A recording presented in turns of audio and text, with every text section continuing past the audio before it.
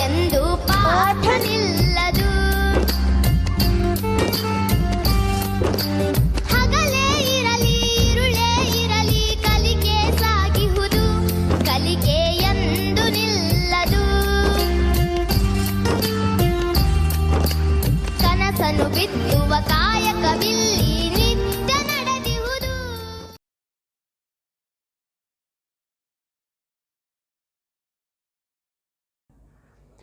ವರದ ಜ್ಞಾನ ವಾಹಿನಿ ಹಾವೇರಿ ಯೂಟ್ಯೂಬ್ ಚಾನಲ್ಗೆ ತಮ್ಮೆಲ್ಲರಿಗೂ ಪ್ರೀತಿಪೂರ್ವಕ ಸ್ವಾಗತ.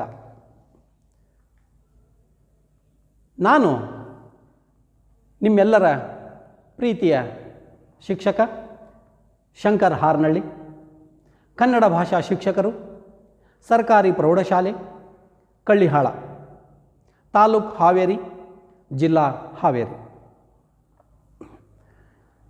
ಕನ್ನಡವನ್ ಉಳಿದೆನಗೆ ಅನ್ಯ ಜೀವನವಿಲ್ಲ, ಕನ್ನಡವೇ ಎನ್ನುಸಿರು ಹೆತ್ತೆನ್ನ ತಾಯಿ, ಕನ್ನಡವೇ ಧನಧಾನ್ಯ, ಕನ್ನಡವೇ ಮನಮಾನ್ಯ, ಕನ್ನಡವೇ ಎನಗಾಯ್ತು ಕಣ್ಣು ಕಿವಿ ಬಾಯಿ.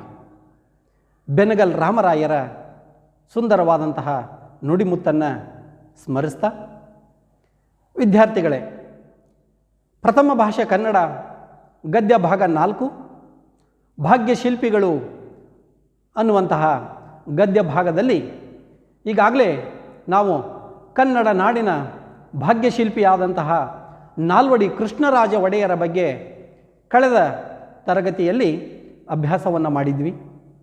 ಹಾಗೆಯೇ ಅದೇ ಪಾಠದಲ್ಲಿ ಮುಂದುವರಿದ ಭಾಗ ಇನ್ನೋರ್ವ ಕನ್ನಡ ನಾಡಿನ ನಮ್ಮೆಲ್ಲರ ಭಾಗ್ಯಶಿಲ್ಪಿ ಆದಂತಹ ಸರ್ ಎಂ ವಿಶ್ವೇಶ್ವರಯ್ಯನವರ ಕುರಿತು ಇವತ್ತಿನ ದಿನ ನಾವು ಅಧ್ಯಯನ ಮಾಡೋಣ. ಸರ್ ಎಂ ವಿಶ್ವೇಶ್ವರಯ್ಯನವರ ಈ ಒಂದು ಭಾಗದಲ್ಲಿ ನಾವು ಏನೇನನ್ನು ಕಲಿತೇವೆ, ಅಧ್ಯಯನವನ್ನು ಮಾಡ್ತೇವೆ ಅನ್ನುವಂಥದ್ದು ಕಲಿಕಾಂಶಗಳನ್ನು ನಾವು ನೋಡೋದಾದರೆ, ಮೊದಲನೇದಾಗಿ ವಿಶ್ವೇಶ್ವರಯ್ಯನವರ ಜೀವನವನ್ನು ಪರಿಚಯ ಮಾಡಿಕೊಳ್ತೀವಿ. ನಂತರ ವಿಶ್ವೇಶ್ವರಯ್ಯನವರು ದಿವಾನರಾಗಿ ಕನ್ನಡ ನಾಡಿಗೆ ಸಲ್ಲಿಸಿದಂತಹ ಸೇವೆಯನ್ನು ನಾವು ಅಧ್ಯಯನ ಮಾಡ್ತೀವಿ. ಎರಡನೇದಾಗಿ ಸರ್ ಎಂ ವಿಶ್ವೇಶ್ವರಯ್ಯನವರು ಶಿಕ್ಷಣ ಕ್ಷೇತ್ರಕ್ಕೆ ಹಾಗೂ ಕೈಗಾರಿಕಾ ಕ್ಷೇತ್ರಗಳಿಗೆ ಅವರ ಕೊಡುಗೆಗಳೇನು ಅನ್ನೋದನ್ನು ಅಧ್ಯಯನ ಮಾಡ್ತೀವಿ. ಮೂರನೇದಾಗಿ ವಿಶ್ವೇಶ್ವರಯ್ಯನವರಿಗೆ ಅವರ ಸಾಧನೆಯನ್ನು, ಸೇವೆಯನ್ನು ಗುರುತಿಸಿ ಸರ್ಕಾರ ಕೊಡಮಾಡಲ್ಪಟ್ಟಂತಹ ಬಿರುದುಗಳು ಏನು ಮತ್ತು ಅವರು ಸಾಹಿತ್ಯ ಕೃಷಿ ಏನು, ಅವರ ಕೃತಿಗಳು ಏನೇನು ಅನ್ನೋದನ್ನು ನಾವು ಅಧ್ಯಯನವನ್ನು ಮಾಡ್ತಾ ಇದ್ದೀವಿ. ಈ 3 ಕಲಿಕಾಂಶಗಳನ್ನು ಇಟ್ಕೊಂಡು ನಾವಿವತ್ತು ಅಧ್ಯಯನವನ್ನು ಮಾಡೋಣ. ಸರ್ ಎಂ ವಿಶ್ವೇಶ್ವರಯ್ಯನವರು ಅವರ ಭಾವಚಿತ್ರವನ್ನು ನೀವೀಗಾಗಲೇ ಸುಮಾರು ಬಾರಿ ನೋಡಿದಿರಿ. ಅವರ ಭಾವಚಿತ್ರ ಈಗಿಲ್ಲಿ ಬಂದಿದೆ ನೋಡಿ, ಇದೇ ಸರ್ ಎಂ ವಿಶ್ವೇಶ್ವರಯ್ಯನವರಿವರು. ಇಲ್ಲಿ ಸರ್ ಎಂ ವಿಶ್ವೇಶ್ವರಯ್ಯನವರ ಒಂದು ಜನ್ಮ ಶತಮಾನೋತ್ಸವ ಸಮಾರಂಭ ಬೆಂಗಳೂರಿನಲ್ಲಿ ನಡೀತಾ ಇತ್ತು. ಆಗ ನಮ್ಮ ಭಾರತದ ಪ್ರಥಮ ಪ್ರಧಾನಿಯಾದಂತಹ ಪಂಡಿತ್ ಜವಾಹರ್ಲಾಲ್ ನೆಹರೂರವರು ಆ ಕಾರ್ಯಕ್ರಮದಲ್ಲಿ ಭಾಗವಹಿಸಿದರು. ಆಗ ಆ ಕಾರ್ಯಕ್ರಮದಲ್ಲಿ ಸರ್ ಎಂ ವಿಶ್ವೇಶ್ವರಯ್ಯನವರ ಕುರಿತು ನೆಹರೂರವರು ಒಂದು ಮಾತನ್ನು ಹೇಳ್ತಾರೆ. ಏನಂತಂದರೆ, ದುರದೃಷ್ಟವಶಾತ್ ಭಾರತೀಯರಾದ ನಾವುಗಳು ಹೆಚ್ಚು ಮಾತನಾಡಿದವರು, ಹೆಚ್ಚು ಮಾತನಾಡುವವರು ಮತ್ತು ನುಡಿಯದಂತೆ ನಡೆಯಲಾರದವರೆಂಬ ದೂಷಣೆಗೆ ಒಳಗಾಗಿದ್ದೇವೆ. ಆದರೆ ತಾವುಗಳು ಕಡಿಮೆ ಮಾತನಾಡಿ ಹೆಚ್ಚು ಕೆಲಸ ಮಾಡಿ ತೋರಿಸಿದ್ದೀರಿ. ಇದನ್ನು ನಾವು ನಿಮ್ಮಿಂದ ಕಲಿಯಬೇಕಾಗಿದೆ ಅಂಥೇಳಿ ವಿಶ್ವೇಶ್ವರಯ್ಯನವರನ್ನು ಕುರಿತು ನೆಹರೂರವರು ಆಡಿರ್ತಕ್ಕಂಥ ಮಾತು ಎಷ್ಟೊಂದು ಸೂಕ್ತವಾದದ್ದು ಅನ್ನುವಂಥದ್ದು. ಇನ್ನು ಸರ್ ಎಂ ವಿಶ್ವೇಶ್ವರಯ್ಯನವರ ಒಂದು ಬಾಲ್ಯ ಜೀವನವನ್ನು ನಾವು ನೋಡೋದಾದರೆ, ವಿಶ್ವೇಶ್ವರಯ್ಯನವರು ಕ್ರಿಸ್ತ ಶಕ 1860ನೇ ಇಸ್ವಿ ಸೆಪ್ಟೆಂಬರ್ 15ನೇ ತಾರೀಕು ಅವರು ಜನಿಸ್ತಾರೆ. ಅವರ ತಂದೆ ಶ್ರೀನಿವಾಸ ಶಾಸ್ತ್ರಿ, ಅವರ ತಾಯಿ ವೆಂಕಟಲಕ್ಷ್ಮಮ್ಮ. ಈ ದಂಪತಿಗಳಿಗೆ ವಿಶ್ವೇಶ್ವರಯ್ಯನವರು ಎರಡನೇ ಮಗನಾಗಿ ಜನಿಸ್ತಾರೆ. ಹಂಗಾರೆ ಇವರು ಹುಟ್ಟಿದ್ದು ಎಲ್ಲಿ ಅಂತ ನೋಡೋದಾದರೆ, ಇವರ ಪೂರ್ವಜರು ಮೂಲತಃ ಆಂಧ್ರ ಪ್ರದೇಶದಲ್ಲಿ ಬರುವಂತಹ ಕರ್ನೂಲು ಜಿಲ್ಲೆ ಗಿಡ್ಡಲೂರು ತಾಲೂಕಿನ ಮೋಕ್ಷಗೊಂಡಂ ಎಂಬ ಅಗ್ರಹಾರಕ್ಕೆ ಸೇರಿರ್ತಕ್ಕಂಥವ್ರು ಇವರು ಪೂರ್ವಜರು. ಇವರ ಪೂರ್ವಜರು ಕರ್ನಾಟಕಕ್ಕೆ ವಲಸೆ ಬರ್ತಾರೆ.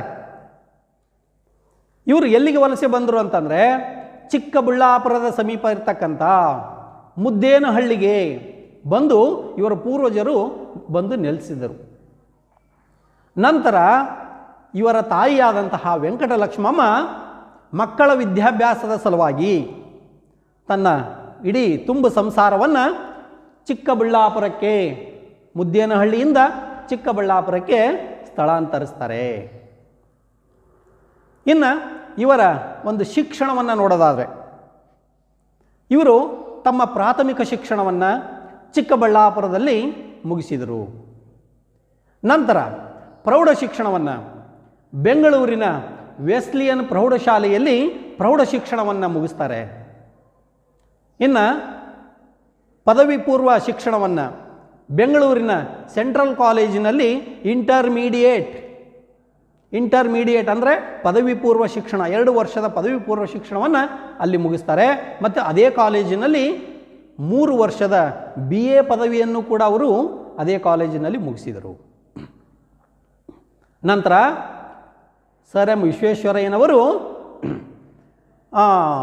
ಸಿ ರಂಗಾಚಾರ್ಲರವರು ದಿವಾನರಾಗಿರ್ತಕ್ಕಂಥ ಆ ಸಂದರ್ಭದಲ್ಲಿ ದಿವಾನರಾಗಿದ್ದಂತಹ ಸಿ ರಂಗಾಚಾರ್ಲು ಅವರು ನೀಡಿರ್ತಕ್ಕಂಥ ವಿದ್ಯಾರ್ಥಿ ವೇತನ ಸೌಲಭ್ಯವನ್ನು ಬಳಸಿಕೊಂಡು ಪುಣಾದಲ್ಲಿರ್ತಕ್ಕಂಥ ಇಂಜಿನಿಯರಿಂಗ್ ಕಾಲೇಜಿನಲ್ಲಿ ಡಿಪ್ಲೊಮಾ ಶಿಕ್ಷಣವನ್ನು ಪ್ರಥಮ ಸ್ಥಾನದಲ್ಲಿ ಪಡೆದು ಜೇಮ್ಸ್ ಬರ್ಕ್ಲಿ ಅಂತಕ್ಕಂಥ ಬಹುಮಾನವನ್ನು ಕೂಡ ಅವರು ಪಡ್ಕೊಳ್ತಾರೆ. ಇನ್ನು ಸರ್ ಎಂ ವಿಶ್ವೇಶ್ವರಯ್ಯನವರು ನಮ್ಮ ಕನ್ನಡ ನಾಡಿಗೆ ಕೊಟ್ಟಂತಹ ಕೊಡುಗೆಗಳೇನು, ಸಮಾಜ ಉಪಯೋಗಿ ಕಾರ್ಯಗಳೇನು ಅವರವು ಅನ್ನೋದನ್ನು ನಾವು ನೋಡಬೇಕಾಗಿದೆ ವಿದ್ಯಾರ್ಥಿಗಳೇ. ಇವರು 1884ನೇ ಇಸ್ವಿ 1884ರಲ್ಲಿ ಮುಂಬೈ ಪ್ರಾಂತದಲ್ಲಿ ಲೋಕೋಪಯೋಗಿ ಇಲಾಖೆಯೊಳಗೆ PWD ಅಂತ ಏನು ಕರಿತೀವಿ ನಾವು, ಅಲ್ಲಿ ಲೋಕೋಪಯೋಗಿ ಇಲಾಖೆಯೊಳಗೆ ಸಹಾಯಕ ಇಂಜಿನಿಯರ್ ಆಗಿ ಸೇವೆಯನ್ನು ಪ್ರಾರಂಭಿಸ್ತಾರೆ. ಇವರು ಸಹಾಯಕ ಇಂಜಿನಿಯರ್ ಆಗಿ ಸೇವೆಯನ್ನು ಪ್ರಾರಂಭಿಸಿದಾಗ ಖಾನ್ ದೇಶ ನೋಡ್ರಿ, ಇಲ್ಲಿ ಕಾಣ್ತಾ ಇದೆಯಲ್ಲ ಈ ಒಂದು ಭಾರತ ನಕಾಶೆ ಒಳಗೆ ಇಲ್ಲಿ ಮಧ್ಯದಲ್ಲಿ ಕಾಣ್ತಾ ಇದೆ ನೋಡಿ, ಮಹಾರಾಷ್ಟ್ರ ರಾಜ್ಯದಲ್ಲಿ ಬರ್ತಕ್ಕಂಥ ಒಂದು ಭಾಗ ಖಾನ್ ದೇಶ ಮತ್ತು ನಾಸಿಕ್ ಜಿಲ್ಲೆಯಲ್ಲಿ ಹರಿಯುತ್ತಿರ್ತಕ್ಕಂಥ ಪಂಜ್ರಾ ನದಿ ಈ ಕಡೆ ಇದೆ ನೋಡ್ರಿ, ಇಲ್ಲಿ ಪಂಜ್ರಾ ನದಿ ಇದೆ. ಈ ಪಂಜ್ರಾ ನದಿಯ ಒಂದು ನೀರಾವರಿ ಕಾಲುವೆಗೆ ತೂಬು ಮೇಲ್ಗಾಲುವೆಯನ್ನು ನಿರ್ಮಾಣ ಮಾಡಿದರು. ತೂಬು ಮೇಲ್ಗಾಲುವೆ ಅಂದರೆ ಮೇಲ್ಗಡನೆ ಕೆನಾಲ್, ಇವರು ಹರಿಯುವಂಥ ಒಂದು ವ್ಯವಸ್ಥೆಯನ್ನು ಇವರು ಮಾಡ್ತಾರೆ. ನಂತರ ಸಿಂಧ್ ಪ್ರಾಂತದ ಸುಕ್ಕೂರು ಪಟ್ಟಣಕ್ಕೆ ಕುಡಿಯುವ ನೀರಿನ ಸೌಕರ್ಯವನ್ನು ಇವರು ಒದಗಿಸಿಕೊಡ್ತಾರೆ. ನಂತರ ಪುಣಾದಲ್ಲಿರ್ತಕ್ಕಂಥ ಮುಥಾ ಕಾಲುವೆಗೆ ನೀರಿನ ನೆಲೆಯಾದಂತಹ ಅಥವಾ ನೀರಿನ ಸೆಲೆಯಾಗಿರ್ತಕ್ಕಂಥ ಪೀಪ್ ಅನ್ನುವಂತಹ ಜಲಾಶಯಕ್ಕೆ ಸ್ವಯಂಚಾಲಿತ ಬಾಗಿಲುಗಳನ್ನು, ಆಟೋಮೆಟಿಕ್ ಗೇಟ್, ಸ್ವಯಂಚಾಲಿತ ಬಾಗಿಲುಗಳನ್ನು ಅಳವಡಿಸಿರ್ತಕ್ಕಂಥ ಕೀರ್ತಿ ಸರ್ ಎಂ ವಿಶ್ವೇಶ್ವರಯ್ಯನವರಿಗೆ ಸಲ್ತದೆ. ಸ್ವಯಂಚಾಲಿತ ಗೇಟ್ಗಳಂತಂದ್ರೆ ಇಲ್ಲಿ ಚಿತ್ರ ಇದೆ ನೋಡಿ ಕೆಳಗಡೆ ವಿದ್ಯಾರ್ಥಿಗಳೇ, ಇಲ್ಲಿ ಡ್ಯಾಮ್ ಇದೆ, ಪೀಪ್ ಜಲಾಶಯ. ಈ ಪೀಪ್ ಜಲಾಶಯಕ್ಕೆ ಸ್ವಯಂಚಾಲಿತ ಬಾಗಿಲುಗಳನ್ನು ಅಳವಡಿಸಿರ್ತಕ್ಕಂಥದ್ದನ್ನು ನಾವು ನೋಡ್ತಾ ಇದ್ದೀವಿ. ಇದೇ ಒಂದು ಸ್ವಯಂಚಾಲಿತ ಬಾಗಿಲುಗಳನ್ನು ಅಣೆಕಟ್ಟುಗಳಿಗೆ ಇವರು ಪ್ರಾರಂಭ ಮಾಡಿದರು. ಆ ಒಂದು ತಂತ್ರಜ್ಞಾನವನ್ನು ಎಲ್ಲ ಅಣೆಕಟ್ಟುಗಳಲ್ಲಿ ಇವತ್ತು ನಾವು ನೋಡ್ತಾ ಇದ್ದೀವಿ. ಇವರ ಒಂದು ಈ ಸ್ವಯಂಚಾಲಿತ ಬಾಗಿಲುಗಳ ಅನ್ವೇಷಣೆಗೆ ಇವರ ಒಂದು ಸಾಧನೆಯ ಕಿರೀಟಕ್ಕೆ ಮತ್ತೊಂದು ಒಂದು ಗರಿಯನ್ನು ಸೇರಿಸಿದಂಗೆ ಆಗ್ತದೆ ಅಂತ. ಆಮೇಲೆ ಅದೇ ತಂತ್ರಜ್ಞಾನವನ್ನು ಗ್ವಾಲಿಯರ್ನಲ್ಲಿರ್ತಕ್ಕಂಥ ತಿಗ್ರಾ ಜಲಾಶಯಕ್ಕೆ ಮತ್ತು ಮೈಸೂರಿನಲ್ಲಿರ್ತಕ್ಕಂಥ ಕೃಷ್ಣರಾಜಸಾಗರ ಜಲಾಶಯಕ್ಕೂ ಕೂಡ ಅದೇ ತಂತ್ರಜ್ಞಾನವನ್ನು ಅಳವಡಿಸಿಕೊಂಡು ಸ್ವಯಂಚಾಲಿತ ಬಾಗಿಲುಗಳನ್ನು ಅಳವಡಿಸಿದ್ದಾರೆ. ಆಟೋಮೆಟಿಕ್ ಗೇಟ್ ಅಂತ ಕರಿತೇವೆ ನಾವು. ಅಷ್ಟೇ ಅಲ್ಲ, ಇವರು 4 ವರ್ಷಗಳ ಕಾಲ ಮುಂಬೈ ಪ್ರಾಂತದಲ್ಲಿ ಸ್ಯಾನಿಟರಿ ಇಂಜಿನಿಯರ್ ಆಗಿ ನೇಮಕಗೊಂಡರು. ಈ ಹುದ್ದೆಗೆ ನೋಡ್ರಿ, ಸ್ಯಾನಿಟರಿ ಇಂಜಿನಿಯರ್ ಆಗಿ ನೇಮಕಗೊಂಡಂಥ ಈ ಒಂದು ಹುದ್ದೆಗೆ ನೇಮಕವಾದಂತಹ ಪ್ರಥಮ ಭಾರತೀಯರು ಎಂಬುದು ಒಂದು ಗಮನಾರ್ಹವಾದಂತಹ ಒಂದು ಅಂಶ.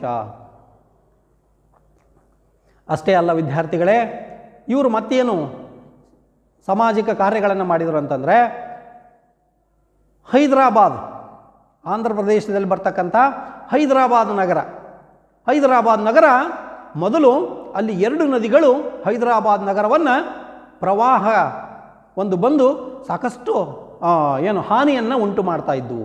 ಆ 2 ನದಿಗಳು ಯಾವುದು ಅಂತಂದರೆ, ಒಂದು ಈಸಿ ನದಿ ಅಂತ, ಇನ್ನೊಂದು ಮೂಸಿ ನದಿ ಅಂತ. ನೋಡ್ರಿ, ಈ ಚಿತ್ರದಲ್ಲಿ ಇಲ್ಲಿ ಕೆಳಗಡೆ ಕಾಣ್ತಾ ಇದೆಯಲ್ಲ, ಇಲ್ಲಿ ಪಕ್ಕದಲ್ಲಿ ಕಾಣೋದು ಇದು ಈಸಿ ನದಿ, ಇಲ್ಲಿ ಕಾಣುವಂಥದ್ದು ಇದು ಮೂಸಿ ನದಿ. ನೋಡ್ರಿ, ಇವೆರಡು ನದಿಗಳು ಪ್ರವಾಹ ಬಂದಾಗ, ಮಳೆಗಾಲದಲ್ಲಿ ಪ್ರವಾಹ ಬಂದಾಗ ಇಡೀ ಹೈದರಾಬಾದ್ ನಗರವನ್ನು ಸಾಕಷ್ಟು ತಲ್ಲಣಗೊಳಿಸಿದ್ವು. ಹಾಗಾಗಿ ಈ ಪ್ರವಾಹವನ್ನು ತಪ್ಪಿಸುವ ಸಲುವಾಗಿ ಇವರೇನು ಮಾಡ್ತಾರೆ ಅಂತಂದ್ರೆ, ಈಸಿ ಮತ್ತು ಮೂಸಿ ನದಿಗಳಿಗೆ ಪ್ರತ್ಯೇಕವಾದಂತಹ ಅಣೆಕಟ್ಟುಗಳನ್ನು ಕಟ್ಟಿಸ್ತಾರೆ. ಹಾಗಾಗಿ ಇವರ ಒಂದು ಶ್ರಮದಿಂದಾಗಿ ಇವತ್ತು ಹೈದರಾಬಾದ್ ನಗರ ಭಾರತದ ಸುಯೋಜಿತ ನಗರಗಳ ಒಂದು ಸಾಲಿಗೆ, ಒಂದು ಪಟ್ಟಿಯಲ್ಲಿ ಹೈದರಾಬಾದ್ ನಗರವ ಇವತ್ತು ಸೇರಿಕೊಂಡಿದೆ. ಅಷ್ಟೇ ಅಲ್ಲ, ಮುಂಬೈ ಪ್ರಾಂತದ ಗವರ್ನರ್ ಆಗಿರ್ತಕ್ಕಂಥ ಲಾರ್ಡ್ ಸಂಡ್ ಹರ್ಸ್ಟ್, ನೋಡ್ರಿ ಹೆಸರು ನೆನ್ಪಿಟ್ಕೊಳ್ರಿ ವಿದ್ಯಾರ್ಥಿಗಳೇ, ಮುಂಬೈ ಪ್ರಾಂತದ ಗವರ್ನರ್ ಆಗಿರ್ತಕ್ಕಂಥ ಲಾರ್ಡ್ ಸಂಡ್ ಹರ್ಸ್ಟ್ ಅವರು ವಿಶ್ವೇಶ್ವರಯ್ಯನವರೊಂದು ಕಾರ್ಯಗಳನ್ನು ನೋಡಿ ಮುಕ್ತ ಕಂಠದಿಂದ ಇವರನ್ನು ಹಾಡಿ ಹೊಗಳ್ತಾರೆ. ಕೇವಲ ಅವರು ಅಷ್ಟೇ ಅಲ್ಲ ವಿದ್ಯಾರ್ಥಿಗಳೇ, ನಾವು ಕೂಡ ಇವರ ಕಾರ್ಯಗಳನ್ನು ನೋಡಿದರೆ ನಾವು ಕೂಡ ಅವರ ಹೆಸರನ್ನು ಇವತ್ತಿಗೂ ಕೂಡ, ಇಂದಿಗೂ ಕೂಡ, ಮುಂದೆಂದೂ ಕೂಡ ನಾವು ಅವರ ಹೆಸರನ್ನು ಹಾಡಿ ಹೊಗಳುತ್ತೇವೆ ಅನ್ನುವಂಥ. ಇನ್ನು ವಿಶ್ವೇಶ್ವರಯ್ಯನವರು ಮೈಸೂರು ಸಂಸ್ಥಾನದಲ್ಲಿ ಮುಖ್ಯ ಎಂಜಿನಿಯರ್ ಆಗಿ, ಚೀಫ್ ಎಂಜಿನಿಯರ್ ಅಂತ ಕರಿತೀವಿ, ಮುಖ್ಯ ಎಂಜಿನಿಯರ್ ಆಗಿ ಇವರ ಒಂದು ಕಾರ್ಯ ಸಾಧನೆಗಳೇನು ಅನ್ನುವಂಥದ್ದನ್ನು ನೋಡೋಣ. ಇವರು ಮುಖ್ಯ ಎಂಜಿನಿಯರ್ ಆದಾಗ ಕಾವೇರಿ ನದಿಗೆ ಕನ್ನಂಬಾಡಿ ಅನ್ನುವಂಥ ಸ್ಥಳದೊಳಗೆ ಒಂದು ಜಲಾಶಯವನ್ನು ನಿರ್ಮಾಣ ಮಾಡ್ತಾರೆ. ನಾಲ್ವಡಿ ಕೃಷ್ಣರಾಜ ಒಡೆಯರಿದ್ದಾಗಲೇ ಇದಕ್ಕೆ ಒಂದು ಯೋಜನೆಯನ್ನು ತಯಾರು ಮಾಡಿದರು. ಇವರು ಮುಖ್ಯ ಎಂಜಿನಿಯರ್ ಆದಾಗ ಈ ಕಾವೇರಿ ನದಿಗೆ ಕೃಷ್ಣರಾಜ ಸಾಗರ ಅಣೆಕಟ್ಟನ್ನು ಕಟ್ಟಲಾಯಿತು. ಅಷ್ಟೇ ಅಲ್ಲ, ರೈಲು ಮಾರ್ಗಗಳ ವಿಸ್ತರಣೆ ಮಾಡಿದರು. ನಂತರ ತಾಂತ್ರಿಕ ಶಿಕ್ಷಣದ ಅಭಿವೃದ್ಧಿಗೆ ಒಂದು ಯೋಜನೆಯನ್ನು ತಯಾರು ಮಾಡ್ತಾರೆ. Technical education. ನಂತರ ಮಾರಿಕಣಿವೆ ಜಲಾಶಯದ ನೀರು ಹಂಚಿಕೆಯ ಒಂದು ಪುನರ್ವ್ಯವಸ್ಥೆಯನ್ನು ಮಾಡ್ತಾರೆ. ಮಾರಿಕಣಿವೆ ಜಲಾಶಯ, ವಾಣಿ ವಿಲಾಸ ಸಾಗರ ಅಣೆಕಟ್ಟು ಅಂತ ಏನು ಕರಿತೀವಿ, ಅದು ಮಾರಿಕಣಿವೆ ಜಲಾಶಯ ಇನ್ನೊಂದು ಹೆಸರು. ಅಷ್ಟೇ ಅಲ್ಲ, ಸಣ್ಣ ನೀರಾವರಿ ವ್ಯವಸ್ಥೆಗೆ ಇವರು ಮರುಜೀವವನ್ನು ತಂದುಕೊಟ್ರು. ಈಗ ಈ ಚಿತ್ರದಲ್ಲಿ ಕಾಣ್ತಾ ಇದೆ ನೋಡಿ, ಕನ್ನಂಬಾಡಿ ಜಲಾಶಯ. ವಿದ್ಯಾರ್ಥಿಗಳೇ, ಚಿತ್ರದಲ್ಲಿ ಕಾಣೋದು KRS ಅಂತ ಕರಿತೀವಿ ನಾವು, ಕೃಷ್ಣ ರಾಜ ಸಾಗರ. KRS ಅಂದರೆ ಕೃಷ್ಣರಾಜ ಸಾಗರ. ಎಷ್ಟು ಅದ್ಭುತವಾದಂತಹ ಒಂದು ಅಣೆಕಟ್ಟು ನೋಡಿ, ಎಷ್ಟು ದೊಡ್ಡದಾಗಿದೆ ಅಣೆಕಟ್ಟು. ಅಣೆಕಟ್ಟಿನ ಹಿಂದೆ ಎಷ್ಟು ಹಿನ್ನೀರು ನಿಂತಿದೆ. ಈ ಒಂದು ನೀರಿನಿಂದ ಅಲ್ಲಿ ಸುತ್ತಮುತ್ತ ಇರತಕ್ಕಂಥ 100 ಹಳ್ಳಿಗಳು ಇವತ್ತು ರೈತರು ನೀರಾವರಿಯನ್ನು ಮಾಡ್ತಾ ಇದ್ದಾರೆ ಅನ್ನುವಂಥದ್ದು. ಹಾಗೆಯೇ ಇಲ್ಲೊಂದು ಚಿತ್ರ ಬಂದಿದೆ ನೋಡಿ, ಈ ಚಿತ್ರ KRS ಕೃಷ್ಣರಾಜ ಸಾಗರ ಅಣೆಕಟ್ಟಿನ ಮುಂದುಗಡೆ ಇರತಕ್ಕಂಥ ಬೃಂದಾವನ ಗಾರ್ಡನ್ ಬೃಂದಾವನ ತೋಟ ಇದು. ಇದನ್ನು ಸಾಕಷ್ಟು ಬಾರಿ ನೀವು ಈಗಾಗಲೇ ಮೈಸೂರಿಗೆ ಪ್ರವಾಸಕ್ಕೆ ಹೋದಾಗ ನೋಡಿರ್ತಕ್ಕಂಥದ್ದು. ಹಾಗೆಯೇ ಆಗಲೇ ತಾನು ಹೇಳಿದ ನಾನು ಮಾರಿಕಣಿವೆ ಜಲಾಶಯ, ವಾಣಿವಿಲಾಸ ಸಾಗರ ಅಣೆಕಟ್ಟು ಅಂತ ಹೇಳಿದ್ನಲ್ಲ ಅದು ಇದು ನೋಡ್ರಿ, ಮಾರಿಕಣಿವೆ ಜಲಾಶಯ ಎಷ್ಟು ಅದ್ಭುತವಾದಂತಹ ಒಂದು ಕಾರ್ಯವನ್ನು ಮಾಡಿದ್ದಾರೆ. ಮತ್ತು ಏನು ಅಂದರೆ ಮೈಸೂರು ಸಂಸ್ಥಾನದ ಮಹಾರಾಜರಾಗಿರ್ತಕ್ಕಂಥ ನಾಲ್ವಡಿ ಕೃಷ್ಣರಾಜ ಒಡೆಯರು ವಿಶ್ವೇಶ್ವರಯ್ಯ ಅವರನ್ನು ದಿವಾನರನ್ನಾಗಿ ನೇಮಕ ಮಾಡಿದರು. ನೋಡ್ರಿ, ನಾಲ್ವಡಿ ಕೃಷ್ಣರಾಜ ಒಡೆಯರು ವಿಶ್ವೇಶ್ವರಯ್ಯನವರ ಒಂದು ಕಾರ್ಯವನ್ನು ಗುರುತಿಸಿ ಅವರನ್ನು ದಿವಾನರನ್ನಾಗಿ ನೇಮಕ ಮಾಡಿಕೊಳ್ತಾರೆ. ಇವರು ಯಾವಾಗ ದಿವಾನರಾಗಿ ನೇಮಕ ಆದರೂ ಅಂದಿನಿಂದ ಆಡಳಿತದಲ್ಲಿ ಹೊಸ ಮಾದರಿಯನ್ನು ಅನುಷ್ಠಾನಗೊಳಿಸಿದರು ವಿಶ್ವೇಶ್ವರಯ್ಯನವರು. ಮತ್ತು ಕಚೇರಿಯ ಒಂದು ಕೆಲಸ ಕಾರ್ಯಗಳಲ್ಲಿ ಸುಧಾರಣೆಯನ್ನು ತಂದರು. ಗಾಂಧೀಜಿಯವರು ಮೈಸೂರಿನ ಆಡಳಿತದ ಒಂದು ರೀತಿಯನ್ನು ಮುಕ್ತ ಕಂಠದಿಂದ ಹಾಡಿ ಹೊಗಳ್ತಾರೆ. ಇದರಿಂದ ಮೈಸೂರು ಮಾದರಿ ಎಂಬ ಹೊಸ ಆಡಳಿತದ ಮಾದರಿ ಜನ್ಮವನ್ನು ತಾಳ್ತು ಅನ್ನುವಂಥ. ಇನ್ನು ಸರ್ ಎಂ ವಿಶ್ವೇಶ್ವರಯ್ಯನವರು ಶಿಕ್ಷಣ ಕ್ಷೇತ್ರಕ್ಕೆ ಏನೇ ಕೊಡುಗೆಗಳನ್ನು ಕೊಟ್ಟರು ಅನ್ನುವಂಥದ್ದು. ಇವರು ಹೇಳ್ತಾರೆ, ಸರ್ ಎಂ ವಿಶ್ವೇಶ್ವರಯ್ಯನವರು ಶಿಕ್ಷಣದ ಬಗ್ಗೆ ಒಂದು ಮಾತನ್ನು ಹೇಳ್ತಾರೆ. ಏನಂತಂದ್ರೆ, ಶಿಕ್ಷಣ ಅನ್ನುವಂಥದ್ದು ಸಂಜೀವಿನಿ ಇದ್ದ ಹಾಗೆ, ಸಂಜೀವಿನಿ ಇದ್ದ ಹಾಗೆ. ಯಾಕಂದರೆ ನಮಗೆ ಬರುವಂತಹ ಎಲ್ಲ ಸಮಸ್ಯೆಗಳಿಗೂ ಕೂಡ ಶಿಕ್ಷಣವೇ ಪರಿಹಾರ. ಶಿಕ್ಷಣವನ್ನು ಒಂದು ಪಡ್ಕೊಂಡ್ಬಿಟ್ರೆ ಎಲ್ಲ ಸಮಸ್ಯೆಗಳಿಗೂ ಪರಿಹಾರ ಸಿಗ್ತದೆ ಅನ್ನುವಂತಹ ಮಾತನ್ನು ಅವರು ಹೇಳ್ತಾರೆ. ಅದಕ್ಕೋಸ್ಕರ ಇವರು 1913ರಲ್ಲಿ ಪ್ರಾಥಮಿಕ ಶಿಕ್ಷಣ ನಿಬಂಧನೆಯನ್ನು ಜಾರಿಗೆ ತರ್ತಾರೆ. ಪ್ರಾಥಮಿಕ ಶಿಕ್ಷಣ ನಿಬಂಧನೆ ಕಾಯ್ದೆಯನ್ನು ಜಾರಿಗೆ ತಂದರು.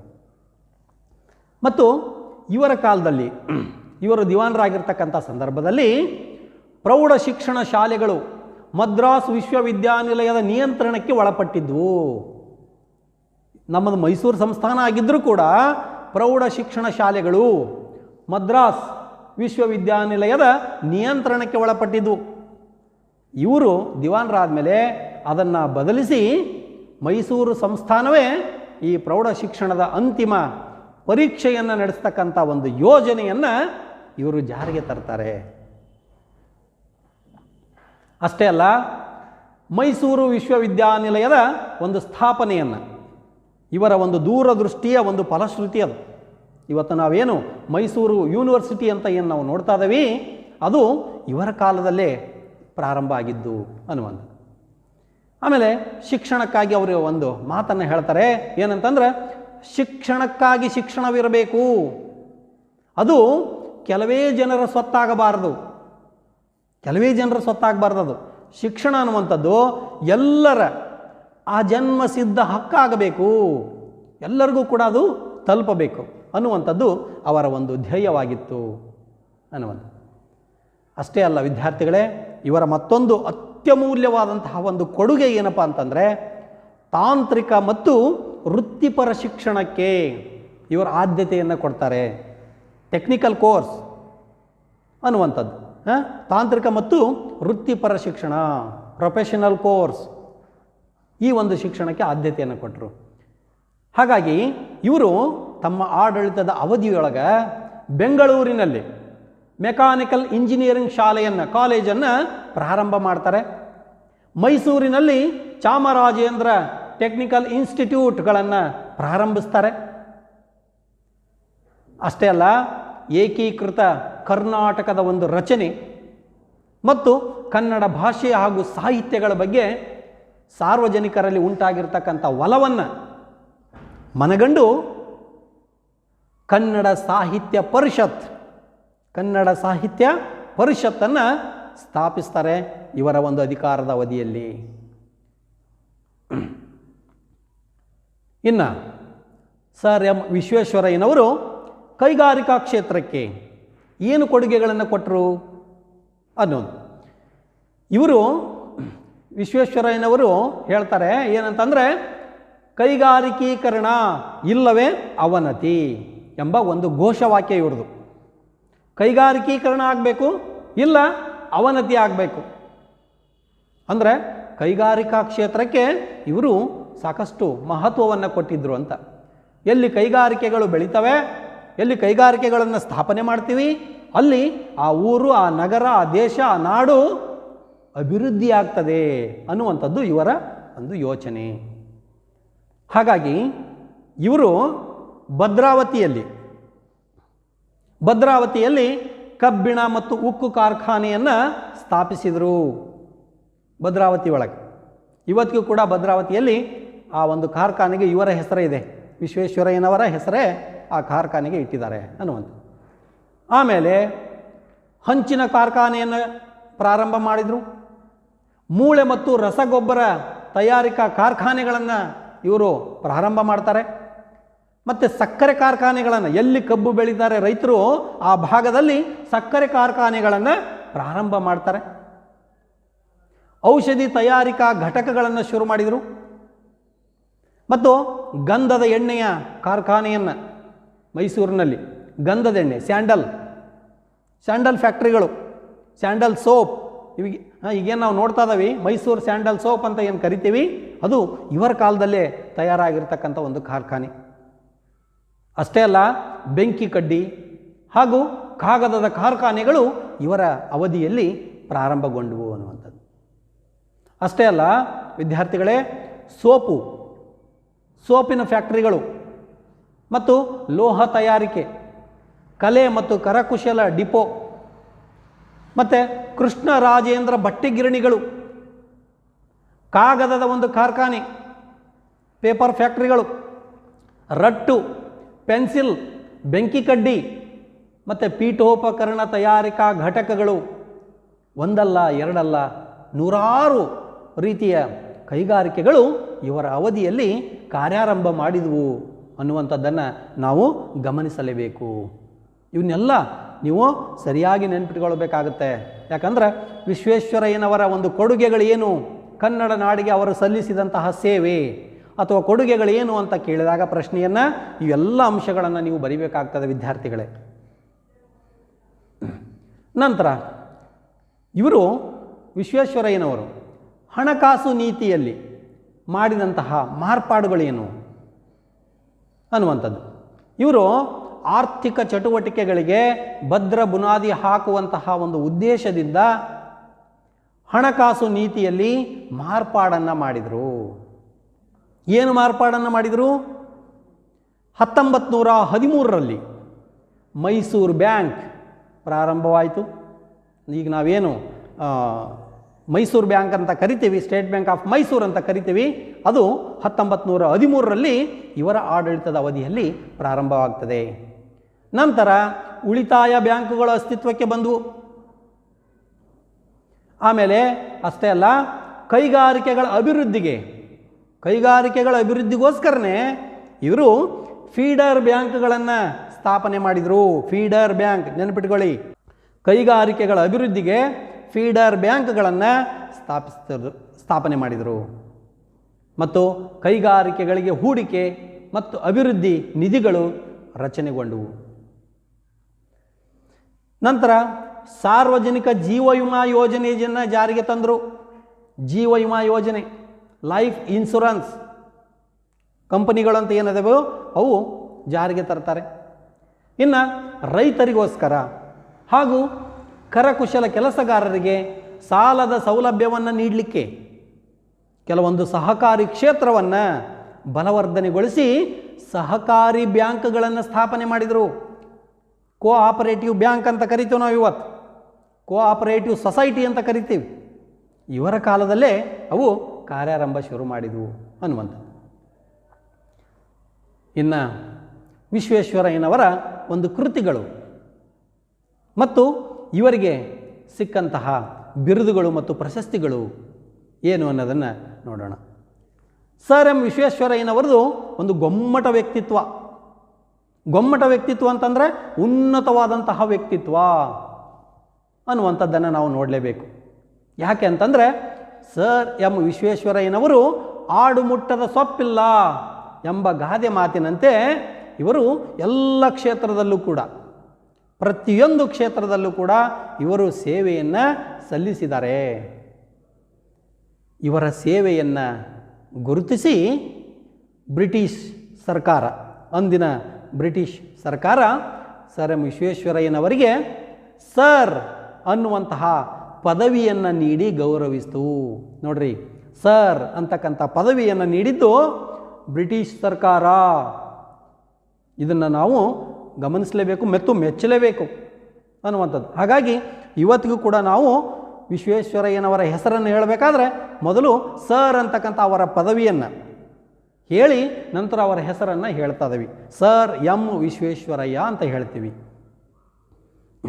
ಅಷ್ಟೇ ಅಲ್ಲ ವಿದ್ಯಾರ್ಥಿಗಳೇ, ಅವರ ಸಾಧನೆಯನ್ನು ನೋಡಿ ನಮ್ಮ ಭಾರತ ಸರ್ಕಾರ ಕೊಡುತ್ತಿರ್ತಕ್ಕಂಥ ಅತ್ಯುನ್ನತವಾದಂತಹ ಪ್ರಶಸ್ತಿ ಯಾವುದು? ನಿಮಗೆಲ್ಲ ಗೊತ್ತಿದೆ, ಭಾರತ ರತ್ನ ಪ್ರಶಸ್ತಿ. ಆ ಭಾರತ ರತ್ನ ಪ್ರಶಸ್ತಿಯನ್ನು ನಮ್ಮ ಭಾರತ ಸರ್ಕಾರ ವಿಶ್ವೇಶ್ವರಯ್ಯನವರಿಗೆ ಕೊಡ್ತು ನೋಡ್ರಿ. ಹಾಗಾಗಿ ಭಾರತ ರತ್ನ ಸರ್ ಎಂ ವಿಶ್ವೇಶ್ವರಯ್ಯ ಅಂತ ಕರಿಬೇಕು. ಆ ಪ್ರಶಸ್ತಿಯನ್ನು ಗಳಿಸಬೇಕಾದ್ರೆ ಅವರ ಒಂದು ಸೇವೆ, ಅವರ ಕೊಡುಗೆ ಎಷ್ಟಿದೆ ಅನ್ನೋದನ್ನು ನಾವು ಇಲ್ಲಿ ಮನಗಾಣಬೇಕಾಗಿದೆ. ಅಷ್ಟೇ ಅಲ್ಲ ವಿದ್ಯಾರ್ಥಿಗಳೇ, ಇವರಿಗೆ ನಮ್ಮ ದೇಶದ ಹಲವಾರು ಪ್ರತಿಷ್ಠಿತ ಸಂಸ್ಥೆಗಳು ಹಾಗೂ ವಿಶ್ವವಿದ್ಯಾನಿಲಯಗಳು ಇವರಿಗೆ ಸದಸ್ಯತ್ವವನ್ನು ಕೊಟ್ಟವು, ಮೆಂಬರ್ಶಿಪ್ ಮಾಡಿಕೊಂಡವು. ಅಷ್ಟೇ ಅಲ್ಲ, ಗೌರವ ಡಾಕ್ಟರೇಟ್ ಪದವಿಗಳನ್ನು ನೀಡಿ ಅವರನ್ನು ಗೌರವಿಸಿದವು. ನಂತರ ಇವರ ಜನ್ಮ ಶತಮಾನೋತ್ಸವದ ಸವಿನೆನಪಿಗಾಗಿ ವಿಶೇಷವಾದಂತಹ ಇವರ ಭಾವಚಿತ್ರ ಇರ್ತಕ್ಕಂಥ ಅಂಚೆ ಚೀಟಿಯನ್ನು ಕೂಡ ಬಿಡುಗಡೆ ಮಾಡಲಾಯಿತು. ನೋಡ್ರಿ, ಅಂಚೆ ಚೀಟಿಯಲ್ಲಿ ವಿಶ್ವೇಶ್ವರಯ್ಯನವರ ಒಂದು ಭಾವಚಿತ್ರವನ್ನು ನಾವು ನೋಡ್ತೀವಿ. ಇನ್ನು ಇವರು ಬರೆದಿರ್ತಕ್ಕಂಥ ಒಂದು ಕೃತಿಗಳು, ಸಾಹಿತ್ಯ ಕೃಷಿ ಏನು ಅಂತಂದರೆ ಇವರು 3 ಕೃತಿಗಳನ್ನು ಇಲ್ಲಿ ಹೆಸರಿಸ್ಬೋದು. ಒಂದನೇದು ಯಾವುದಪ್ಪ ಅಂತಂದರೆ ರೀಕನ್ಸ್ಟ್ರಕ್ಟಿಂಗ್ ಇಂಡಿಯಾ, ಇದು ಒಂದನೇ ಕೃತಿ. ಎರಡನೇದು ಪ್ಲ್ಯಾನ್ಡ್ ಎಕಾನಮಿ ಫಾರ್ ಇಂಡಿಯಾ, ಇದು ಎರಡನೇ ಕೃತಿ. ಇನ್ನು ಮೂರನೇ ಕೃತಿ ಯಾವುದಪ್ಪ ಅಂತಂದರೆ nation building plan for India ಅಂತಕ್ಕಂಥದ್ದು. ನಂತರ ಇವರು ಒಂದು ಆತ್ಮಚರಿತ್ರೆ ಇದೆ, ಆಟೋಬಯೋಗ್ರಫಿ ಅಂತ ಕರಿತೇವೆ ಇಂಗ್ಲೀಷಲ್ಲಿ, ಆತ್ಮಚರಿತ್ರೆ. ಹಂಗಾರೆ ಆತ್ಮಚರಿತ್ರೆ ಯಾವುದು ಅಂತಂದರೆ memories of my working life ಅಂತಕ್ಕಂಥದ್ದು ಇವರು ಬರೆದಂತಹ ಆತ್ಮಚರಿತ್ರೆ ಅನ್ನುವಂಥ. ನಂತರ ಹೇಳೋದಾದರೆ ಸೆಪ್ಟೆಂಬರ್ 15, 1960 ಶತಮಾನೋತ್ಸವದ ಒಂದು ಅಭಿನಂದನೆ, ಸರ್ ಎಂ ವಿ ಅಂತಕ್ಕಂಥ ಒಂದು ಅಭಿನಂದನಾ ಗ್ರಂಥವನ್ನು ಪ್ರಕಟಣೆ ಮಾಡಿದರು 1960ನೇ ಇಸ್ವಿಯೊಳಗೆ. ಸರ್ ಎಂ ವಿ ಅಂತಕ್ಕಂಥ ಅಭಿನಂದನಾ ಗ್ರಂಥ ಪ್ರಕಟ ಆಯಿತು. ವಿದ್ಯಾರ್ಥಿಗಳೇ, ಇವರು 102 ವರ್ಷಗಳ, ನೋಡ್ರಿ ಸುದೀರ್ಘ ಪಯಣ ಇವ್ರದ್ದು, 102 ವರ್ಷಗಳ ತುಂಬು ಜೀವನವನ್ನು ಇವರು ಮಾಡಿದರು. ನಂತರ 1962ರಲ್ಲಿ ಸರ್ ಎಂ ವಿಶ್ವೇಶ್ವರಯ್ಯನವರು ಇಹಲೋಕವನ್ನು ತ್ಯಜಿಸಿದರು. ಇವರ ಒಂದು ಹುಟ್ಟುಹಬ್ಬದ ನೆನಪಿಗಾಗಿ ಇವತ್ತಿಗೂ ಕೂಡ ವಿದ್ಯಾರ್ಥಿಗಳೇ ಪ್ರತಿ ವರ್ಷ ಸೆಪ್ಟೆಂಬರ್ 15ನೇ ತಾರೀಕು ಇವರ ಹುಟ್ಟುಹಬ್ಬದ ನೆನಪಿಗಾಗಿ ನಾವು ಎಂಜಿನಿಯರ್ಸ್ ದಿನಾಚರಣೆ, ಎಂಜಿನಿಯರ್ಸ್ ಡೇ ಅಂಥೇಳಿ ಆಚರಣೆ ಮಾಡೋದನ್ನು ನಾವು ನೋಡ್ತಾ ಇದ್ದೇವೆ.